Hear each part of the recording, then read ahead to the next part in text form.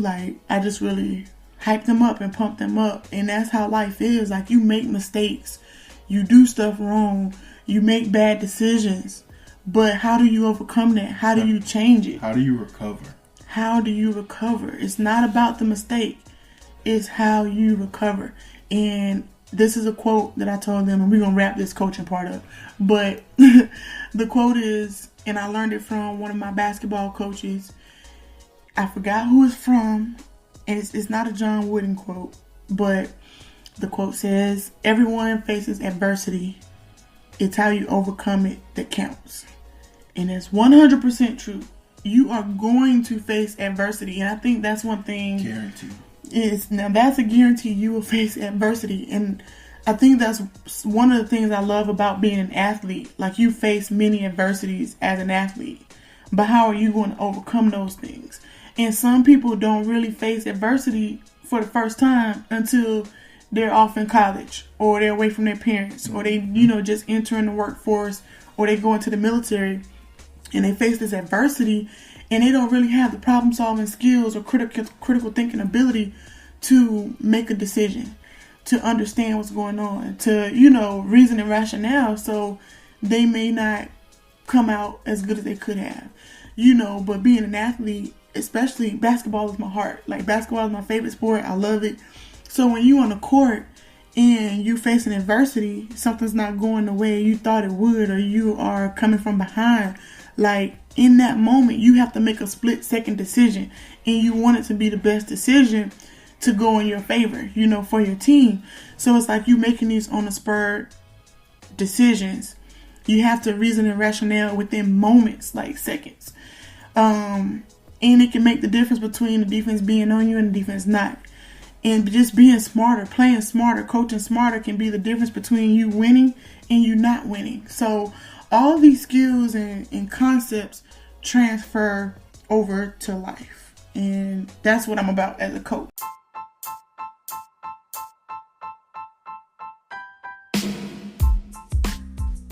We'll be back after this break.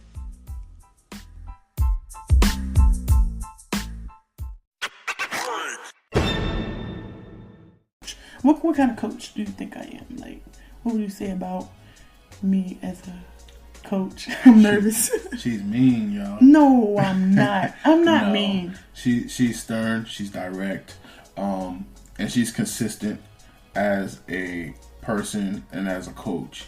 The kids know what to expect from her. For the people that encountered her for the first time, there was an adjustment period because they hadn't come across anybody like her. And, that's unfortunate. But being that they did have her, I think they've learned a lot. And I think it's going to be hard for them to place themselves under a different kind of leadership because she didn't treat them like kids. She treated them very much like adults. She gave them a bit of authority and responsibility. So, I was always told to be aware when someone gives you responsibility without authority. And I believe she gave them a good balance of that, and she empowered them to not only be in control of their basketball season, but also to be in charge of themselves. Yeah. And I'm going to end with this. I know I said I was going to end it a little while ago, but just being a whole, like, being good all the way around. So I'm very proud of this, like, above the championships and everything that they accomplished. They maintained a team GPA of 3.7. Like, that's crazy. Not only is it crazy, but for the season low that they had, like the turnaround time, you know what I'm saying? Because it's not like a normal district where you go drive 20 minutes away and you're at the school. Like, no, we took 2 long hauls, and each long haul was one was 8 hours one way, and one was 12 hours one way. And this is on a bus. They were both 12 hours because the first one, it snowed. Oh, no. Wait, I don't know. Either way. Oh, and we actually flew to Okinawa. So that wasn't a long haul per se, but it was still a good bit of traveling to the airport. Stuff like that. So even with the load, the demands, the physical demand and everything else, they kept it together and they all maintained really good GPAs. I think everyone maintained at least a 3.0 or higher. So, and one of the seniors who had never played before, she had the highest GPA. And it was just amazing to see it all come together from beginning to end, and it was a great experience for me. But that took up the bulk of my time because basketball season started. Volleyball season ended in October, mid-October, right? Yes.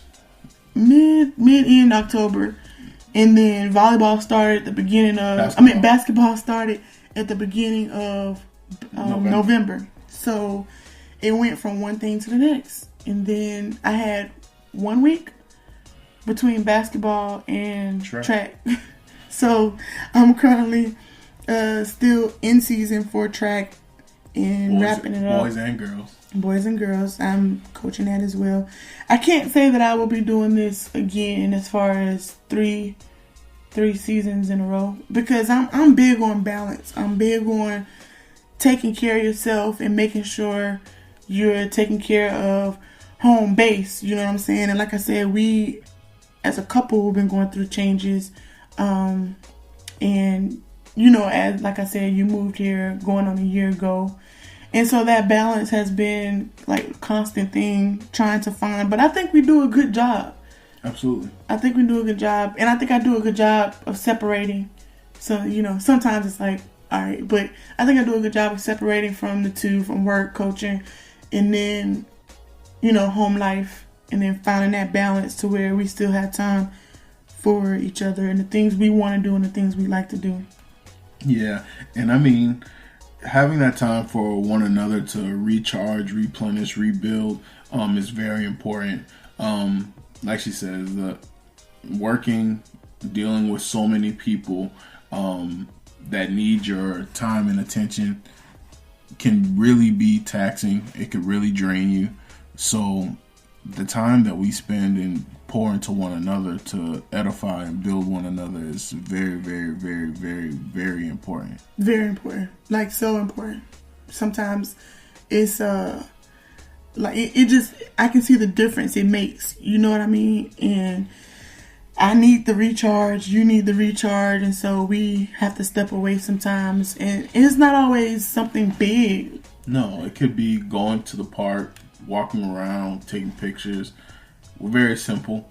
Very simple. So we might get on the train because transportation here is so great. Awesome. And each train stop could be a different world. If you remember in the last episode that we did, we talked about how you can get to this place and that place. So we might just jump on the train, and if we see something that's interesting, we'll jump off and go explore. We found batting cages and go-karts. Yes, that's a good transition right there because we did discover and find a lot of new things. We took time to actually explore the city we live in. And I don't know, it's just been fun, like getting away from it all, but not going too crazy. So just let's give an update. Okay. An update on living my best life in Japan because that was the last episode. Right. Episode 9. If you haven't listened, go listen to episode 9. Living my best life in Japan. And so we've just made some discoveries. I think we're foodies. Are we foodies? I think we're foodies. We're definitely foodies. So we love food. Food is good. And we're not scared to try new things. I think we all have that friend back home that will order chicken fingers and fries everywhere they go. Everywhere. They may change their dipping sauce.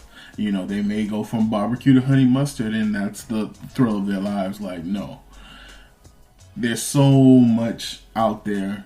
And if that's you, you know, no slight, you know, if you know your lane, cool. But there's so much more out there. There's so much to try. There's so many, I mean, it's just vast. So when we see it, we'll try it. If we don't like it, you don't have to try it again. But we definitely give everything a try. Has there any, what's been like a favorite thing that we recently discovered? Because, I mean, we've done yakuniku, the grilled meat. Yep. where you cook your own meat on the grill. We've done yakitori. Yep, yakitori, which is basically grilled chicken on a stick, and you can get it plain, like just simple with salt on it, or like dunked in this sauce, and they put it in the sauce, throw it back on the grill, and dip it in the sauce again. What's the vegetables on it? It's onions. Onions, yep. Onions, but what kind of onions? Not like regular onions. They're like green onion. Green onions, yeah. Like green onions. I like the onions. Yes. You can get all kind of yakitori too, and it comes with. They have different. Some of it is like meatballs. Yes. Some of it is teriyaki. They just have different flavors. I don't know. What else do we like? The gyoza place in Machida. Oh man, they done switched up the gyoza game, or we call it pot stickers back home. They done switched it up. They started deep frying them. Deep fry, like oh my gosh. Like what? It's so crispy and crunchy on the outside, and of course the filling is good and flavorful on the inside. I mean, it's really good, and I like the sauce on it. It's like sweet chilies. Yeah, like a Thai chili sauce. For those of you that enjoy your Asian cuisine. Hey, tell them about our bakery. The bakery is really good. Very. Very good. Like, the bakeries here are different though. Because the Japanese like soft breads. The bread here alone will have you just off your game if you're on a diet. I'm not necessarily on a diet per se. I am trying to watch what I eat. But this bakery has... It's a small bakery by comparison, I think. Yes. But they have a lot of good stuff. We low-key just took a break to eat some stuff from the bakery. So, I mean, first and foremost, everything in Japan, like, it's really hard to buy stuff, like, in bulk. Yeah. So, when you go to a bakery, things are already portion sized out, like, cupcake size. You know, so you don't feel bad for, eating a brownie or a cupcake. Now, you get upwards of 6 or 7, you might want to feel bad about yourself if you do that in one sitting. But we're not there, so we don't feel bad. Don't feel bad at all. Not at all. So we have a few items that we always get from there. But the items we usually get are the sweets.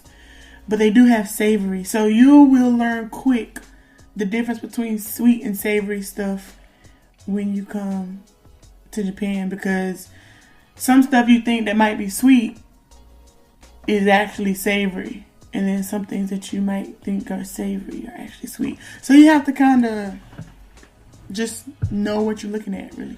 Like the curry, like savory would be like the curry bun. Yeah. So like it's really soft bread, but what's the outside? Imagine like a Hawaiian roll, right? With curry on the inside, but like they deep fry it. So the outside's got like a little bit of a crisp to it. The bread is sweet, but it's soft at the same time. But then you got like meat and gravy on the inside. Yeah, I love I think they call it curry pon. I don't know, but it is good. That's one of my favorite savory bakery items. Yes. And then they have like other stuff with what is that fish? The one we had? Something with fish on it? Yes, they had like a little fish taco, something with tartar sauce like already baked onto it, but it was in a bread. I mean, they get really creative with it, and because we don't read Japanese, I can't give you the exact names of it. Yeah. It's just one of those things that you have to go see and go experience, where basically they're coming up with their own thing, experimenting, and that's just the fun part of it. Yeah, we just go in there and pick some stuff like, oh, you want to try that? Yeah, you want to try that? And then we just get 2 of everything. Because food over here, people specialize in what they specialize in. So if you go into a bakery, it's just going to be baked goods. If you go to a ramen shop, it's just going to be ramen shop. It's not like going to, say, like, Hardee's got real out of control with it. Where you have burgers, Southwest fried chicken, and, just things from all over the board done, okay, but not great at one thing. Here, each place, it's their special.